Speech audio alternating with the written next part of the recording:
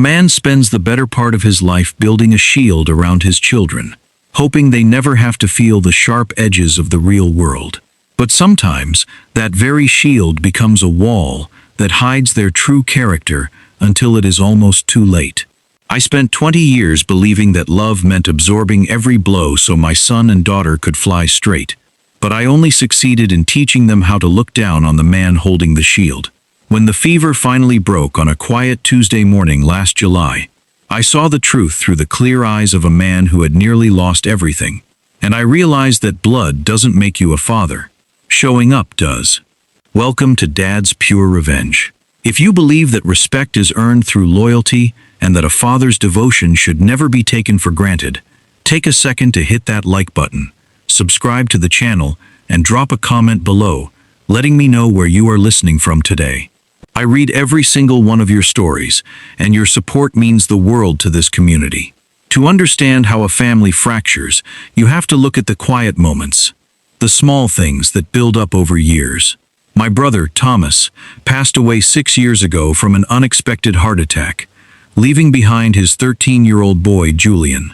Thomas didn't leave a massive bank account or a sprawling piece of real estate in our quiet suburb outside of Portland, Oregon. What he did leave was a legacy of quiet decency. I remember the day after the funeral, Julian was sitting on my back porch steps on a muggy afternoon. He didn't cry loud or make a scene. He just saw that I was struggling to haul the heavy green yard waste bins down to the curb of Maplewood Drive.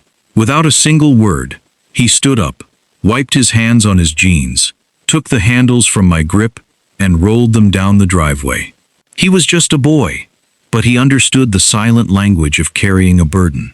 Over the years, Julian lived with us off and on, working a part-time job at the local auto parts store on Canyon Road, always placing his small contribution toward groceries on the kitchen counter every Friday evening without being asked.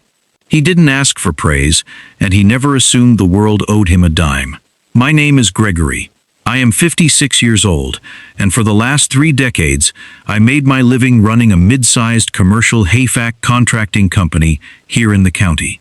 My own children, Brandon, who is 23, and Chloe, who is 21, never had to worry about the cost of groceries or whether the water bill was paid.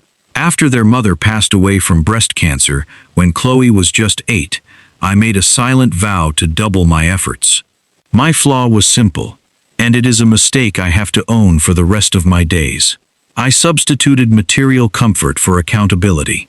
When Brandon wrecked his first car, a silver Honda Civic, by speeding through a rainy intersection, I didn't make him work off the deductible. I simply signed the check for a new crossover because I couldn't bear to see him unhappy. When Chloe dropped out of her sophomore semester at the community college because the morning classes were too demanding, I kept paying her monthly credit card statements without asking a single hard question. I convinced myself that I was being a good, protective father, but in reality, I was raising 2 people who viewed my hard work as their birthright. The reckoning began on July 12th, at precisely 4:15 in the afternoon. We had spent 6 months planning a grand family trip to the Outer Banks in North Carolina. It was supposed to be our first major vacation in 4 years. The flights were booked out of Portland International Airport, the oceanfront rental house was secured, and the bags were piled high in the front hallway. But 2 days before our scheduled departure, a deep, rattling cough took hold of my chest. By the time Sunday afternoon rolled around, my skin was burning, my vision blurred, and my breathing felt like inhaling crushed glass. I managed to drive myself to the urgent care clinic on Westgate Boulevard, where a young doctor named Dr. Raymond Cole took one look at my chest x-ray and shook his head. It was a severe, aggressive case of pneumonia. He gave me a heavy prescription for antibiotics, strict orders for absolute bed rest, and told me that if my oxygen levels dropped another 3 points, I would be spending the next week in a hospital bed at St. Vincent's. I crawled back into my own house, shivering violently under 3 heavy blankets, barely able to lift my head off the pillow. At 6:30 the next morning, the day we were supposed to leave for the airport, the door to my bedroom opened. Brandon stood in the frame, his arms crossed over his chest, his face tight with a dark, impatient frown. Chloe stood right behind him, holding her straw beach hat in one hand and her smartphone in the other. There was no soup in their hands, no medicine, and not a single question about what the doctor had said. Brandon looked at me, his voice flat and annoyed. He said, "We have the rental car booked, Dad, and the house is already paid for. The guys at the office said you can just sleep this off. It's just a bad cold." I tried to sit up, but the effort brought on a violent fit of coughing that left me gasping for air. I managed to say, "Brandon, I can barely walk to the bathroom. The doctor said I need someone here to watch my breathing. I can't travel across the country like this." Chloe let out a long, heavy sigh that cut deeper than any blade. She turned her back toward the hallway and muttered loud enough for the sound to carry straight to my bed. "You're ruining the entire summer, Dad. We've been waiting for this for months, and now we're supposed to sit in this dark house because you didn't take care of yourself?" They didn't see a father who had spent 20 years working 60-hour weeks to pay for their lifestyles. They saw an inconvenience. They saw a broken machine that was failing to deliver their scheduled entertainment. Brandon reached into his pocket, took out his car keys, and jangled them in his hand. He told me they were going to take the flights anyway, that they would check in on me via text, and that I should just keep the fluids up. If this story resonates with you, and if you have ever faced a moment where the people you loved most turned their backs when you were at your lowest, please take a moment to subscribe. Sharing these hard truths is how we make sure no father has to feel entirely alone. Just as Brandon turned to leave the room, the front screen door downstairs clicked open and closed. Julian walked up the stairs, carrying a small duffel bag. He had taken a week off from his job at the auto store to join us on the trip, an expense he had saved up for over 5 long months. He took one look at my pale face, the sweat soaking through my collar, and the plastic bottles of prescription pills sitting untouched on the nightstand. He looked at Brandon, then at Chloe, his brow furrowing. Julian asked, "What's going on here? Look at him. He can't even sit up." Brandon shrugged, adjusting the strap of his duffel bag. He said, "He's got a bug. We're still heading to the airport. The house in North Carolina is non-refundable, Julian. If you want to come, the Uber is outside right now." Julian didn't hesitate. He didn't look at the plane tickets in his hand, and he didn't complain about the 5 months of saved wages he was about to lose. He quietly dropped his bag onto the hardwood floor of the hallway. He looked his cousins dead in the eye and said, "I'm staying behind with Uncle Gregory. Someone needs to make sure he's breathing." Brandon gave a short, cynical smirk, while Chloe didn't even bother to look back as she headed down the stairs. Brandon said, "Suit yourself, man. Enjoy the rain." A minute later, the front door closed. The tires of Brandon's crossover crunched against the gravel driveway, and the house fell into a heavy, dead silence. Monday, July 13th, 11:14 in the morning. The fever peaked at nearly 103 degrees. My mind drifted in and out of a dark, exhausting haze. But every time I opened my heavy eyelids, Julian was there. He didn't make a grand show of his care. He brought up a wooden tray with a bowl of simple chicken broth he had made from scratch down in the kitchen, using the old recipe my late brother used to make. He sat in the old green armchair by the window, quietly reading a paperback book, rising every 2 hours to hand me 2 white pills and a cold glass of water. When the shivering became so violent that the frame of the bed rattled, Julian went down to the basement, found 3 old wool blankets, and laid them gently over my chest. He didn't say a single word about the beach. He didn't complain about the missed flights or the money he wouldn't get back. On Wednesday afternoon, my phone vibrated on the nightstand. It was a social media notification. I picked it up with a trembling hand and opened the app. There was a video posted by Chloe. The sun was shining brightly over the Atlantic Ocean, the waves rolling onto the sand of the Outer Banks. Brandon was holding a drink with a lime wedged into the rim, laughing loudly as he threw a football toward the camera. The caption Chloe had written read, "Family vacation finally started, soaking up every second of summer." There was no mention of the father who paid for the flights. There was no text message asking if my fever had come down. I stared at the bright blue screen of my phone, and then I looked over at Julian, who was currently kneeling on the floor, using a clean rag to wipe up the water I had accidentally spilled when my hand shook. A specific choice came back to haunt me in that exact moment. 3 years ago, when my brother Thomas died, I had restructured my primary business holdings and the deed to our family home. I had written a standard will that left everything split 50-50 between Brandon and Chloe, assuming that when I was gone, they would look after each other and preserve the home I had built. I had even given Brandon a small executive title at my HVAC company, paying him a substantial salary for a role where he mostly managed the digital inventory logs from his laptop at his own leisure. I had set up their lives so perfectly that they never had to learn how to be human beings. I lay back against my pillow, the cool air from the window fan blowing across my face, and a hard switch flipped in my mind. The old man who would forgive any slight just to keep his children smiling was gone. By Friday morning, the antibiotics had done their work. The heavy weight in my lungs had cleared, and I was able to stand on my own 2 feet without the room spinning. Julian had gone down to the grocery store on Allen Boulevard to pick up some fresh vegetables and bread. While he was out, I walked down the hall to my small home office, sat down at the heavy oak desk, and dialed a number I had memorized years ago. Mr. Sterling, our family estate attorney who had handled my business affairs for 25 years, answered on the 3rd ring. His voice was deep and steady, the voice of an old friend. I said, "Derek, I need you to come to the house on Monday morning.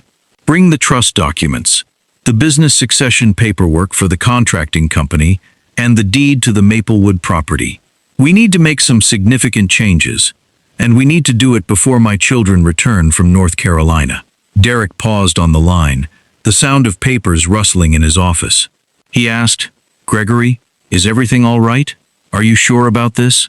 I looked out the window at the sunny driveway, completely clear of Brandon's car.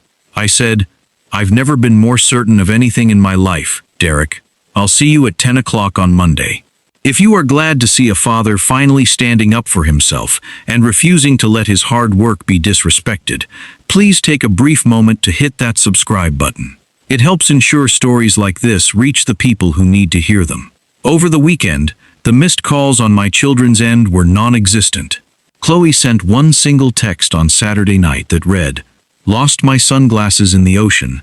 Can you transfer $50 to my account?" I didn't reply. I left the message sitting there, a small blue bubble on the screen. The countdown had begun. They were scheduled to fly back into Portland on Monday afternoon and arrive at the house by 3 o'clock.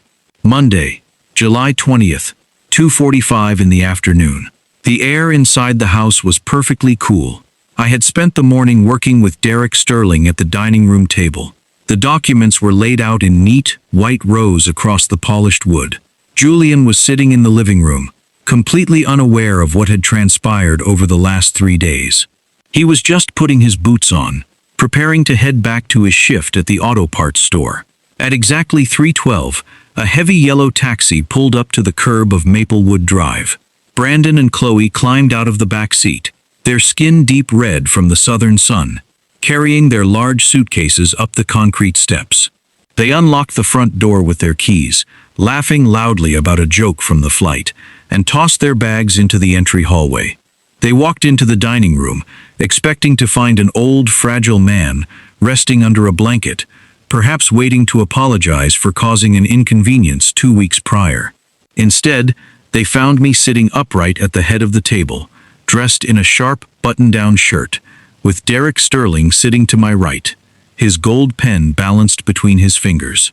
Brandon stopped in his tracks, his smile fading as he saw the legal papers. He asked, "Dad, what's going on? Who's this?" I didn't raise my voice. I didn't scream, and I didn't let the anger show in my eyes. Composure was the only tool I needed. I said, "Brandon, Chloe, please sit down.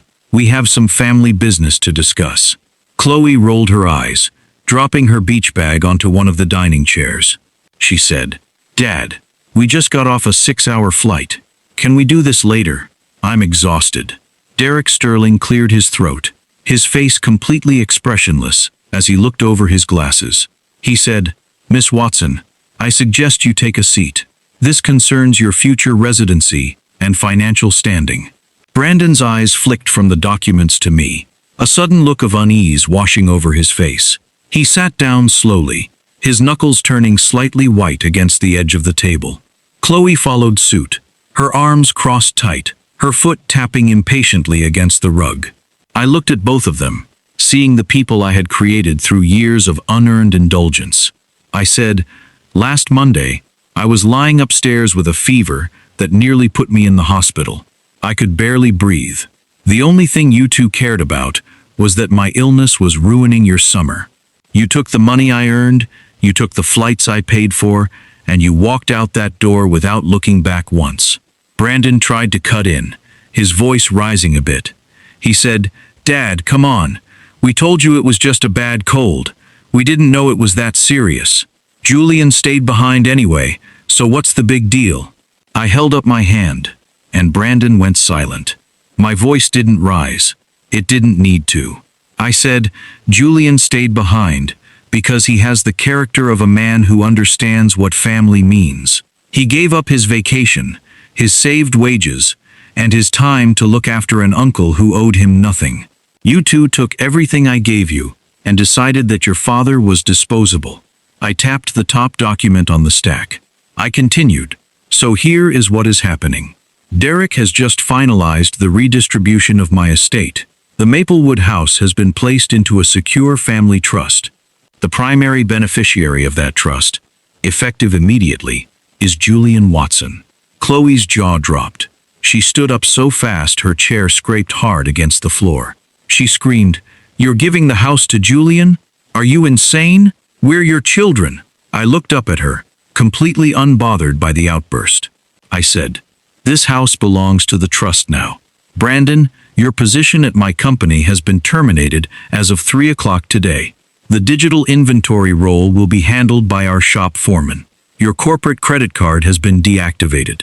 Chloe, the monthly allowance for your personal accounts has been stopped." Brandon's face went completely pale. The reality of the situation was starting to settle into his chest. He looked at Derek, then back to me, his voice trembling now. He asked, "Dad, you can't do this. How are we supposed to pay our rent? How are we supposed to live?" I stood up from the table, closing the leather folder that held the signed deeds. I said, "You are going to do exactly what Julian has done since he was 16 years old. You are going to find a job. You are going to earn your own way, and you are going to learn what it means to carry your own weight. The locks on this house are being changed at 4 o'clock this afternoon. Your things are already packed in the suitcases you left in the hallway. You have 45 minutes to find a place to stay." Brandon didn't yell. The cold clarity in the room had drained all the fight out of him. He looked down at the table, his shoulders slumping as he realized the safety net had been completely cut away. Chloe began to cry, but it wasn't the tears of a grieving daughter.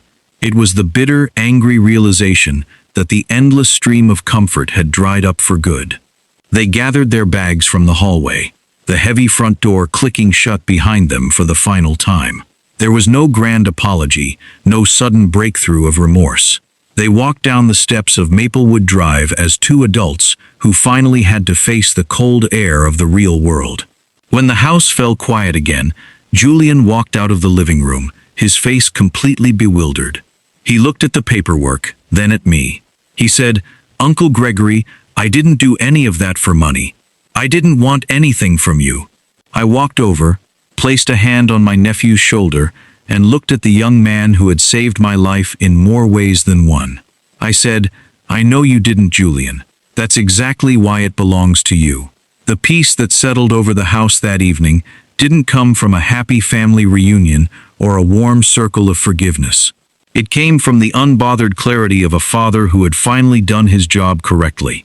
I had stopped protecting my children from the consequences of their own coldness, and in doing so, I had finally given them the only gift that truly mattered: accountability.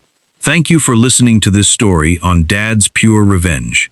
If this narrative reminded you of the value of showing up for the people who care for you, please take a moment to like the video, subscribe to the channel, and share your thoughts in the comments below. Knowing your own worth and setting firm boundaries is the greatest lesson a father can ever teach. Stay strong, Look after the ones who look after you, and I will see you